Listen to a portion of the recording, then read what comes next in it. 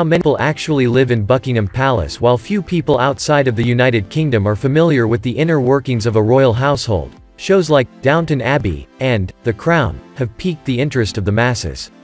Queen Elizabeth's former chef, Darren McGrady, even compared life to one of the popular shows, telling Insider, "I had a room at the palace. When I lived there, it was roomed very much like a show called Downton Abbey."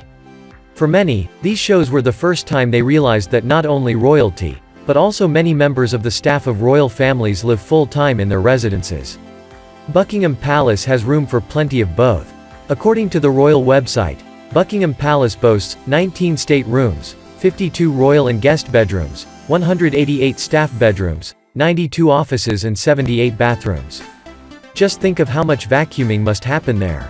However, the number of people who normally reside in the glorious palace may have been changed long-term due to the pandemic and the death of the Queen's beloved husband, Prince Philip, Duke of Edinburgh.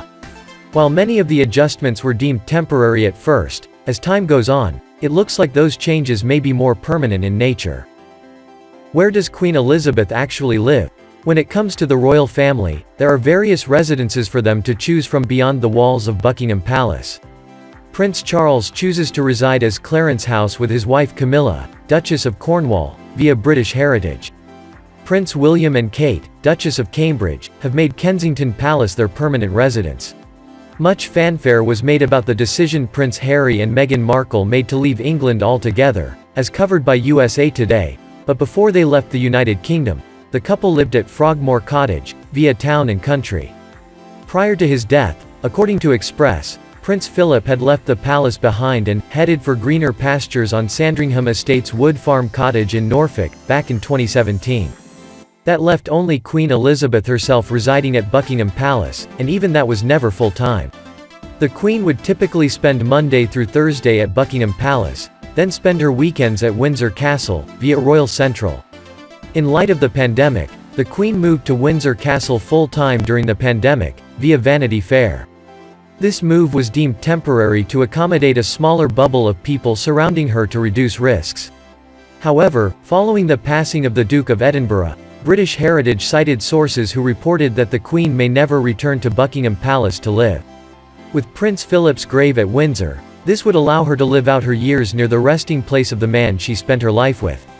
Do staff live full-time at Buckingham Palace? The changes made in light of the pandemic and Prince Philip's passing will obviously impact the staff in ways yet to be determined, but normally, many of those 188 staff bedrooms are filled. In Adrian Tinniswood's tell-all book, Behind the Throne, A Domestic History of the British Royal Household, it was revealed that the staff have a staff gym, swimming pool, squash court, and tennis court. A former royal footman, whose identity was protected by the name Thomas, spoke with Silver Swan Recruitment and mentioned, "You can take the day off and enjoy the private staff bar inside the palace, which has since been taken away after one too many morning drinking sessions, I'm told." He also added about life as palace staff, "Some of our parties made the papers." So it seems Buckingham Palace may not be as stiff a place to live as one might think. The number of staff is likely to decline if indeed the Queen stays permanently at Windsor Castle.